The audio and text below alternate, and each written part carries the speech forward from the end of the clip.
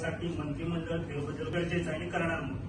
तर त्या संदर्भात मुख्यमंत्र्यांनी पक्षाला काही कल्पना दिली? नाही, कसं आहे की मुख्यमंत्र्यांच्या विधानावर मी त्याच्यावर हे करणं ते चुकीचं आहे. कारण हा प्रश्न तुम्ही त्याला, कारण मी पार्टीच्या हातातलंच आम्ही तुम्हाला हे 2 विषय सांगितले.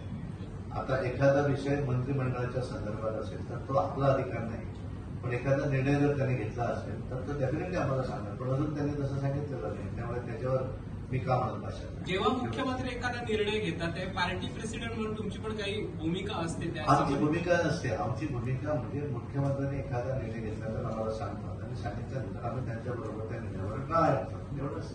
तसे मुख्यमंत्र्यांनी म्हणले की विकसित खात्यातील मंत्रिमंडळात बदल जाय तर तुमका आम्ही जाय कसे दिसतात. हा म्हजे फायनली तो सरकार चालवतात, त्यामुळे काय गोष्टी त्याचा प्रॅक्टिकल खबर असं नाही. त्यामुळे जो निर्णय ते घेतात, पण ते एखादा निर्णय घेत असताना आमच्याकडे विचार सांगता नाही, म्हणजे आम्ही त्यांच्याबरोबर पाहिजे तुमचा आम्ही